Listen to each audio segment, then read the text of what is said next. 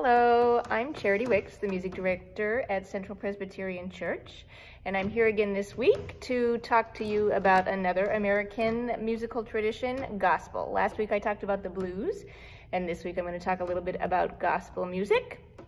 It is a genre of American Protestant music, and it can be traced to the early 17th century, coming out of the African American religious experience with foundations in the works of Dr. Isaac Watts. We sing some of his texts, When I Survey the Wondrous Cross. He wrote the text to Joy to the World, although he didn't necessarily mean it to be a Christmas song. Our God, Our Help in Ages Past, that's Dr. Isaac Watts, just for reference. According to Yale University music professor Willie Ruff, the singing of psalms in Gaelic by Presbyterians of the Scottish Hebrides evolved from lining out, which is one person singing a solo and then the others following. That evolved into a call and response of the gospel music of the American South. Coming out of the African American religious experience, gospel music has its roots in the African American oral tradition and typically utilizes a great deal of repetition. During this time, the hymns and sacred songs were lined and repeated in this call and response fashion, and from that spirituals and work songs emerged. The call and response and the repetition are also fairly typical of African music. And in African music, it's designed to sort of create this trance and to strengthen communal bonds.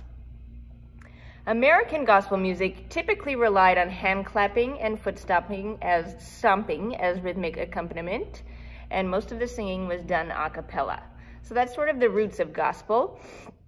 It developed in different directions within the white European American tradition and the black African American communities of the United States. Over the decades, both the white and black traditions have been disseminated through song publishing, concerts, recordings, and radio and television broadcasts of religious services. So it really did actually become quite a popular genre over the decades. And through all of these outputs of gospel, a lot of different styles emerged, and so we have gospel blues, which is kind of related to what I did last week with the blues, blues-based form, often using guitar. We have Southern gospel, which is typically from an all-male tenor lead, baritone bass quartet.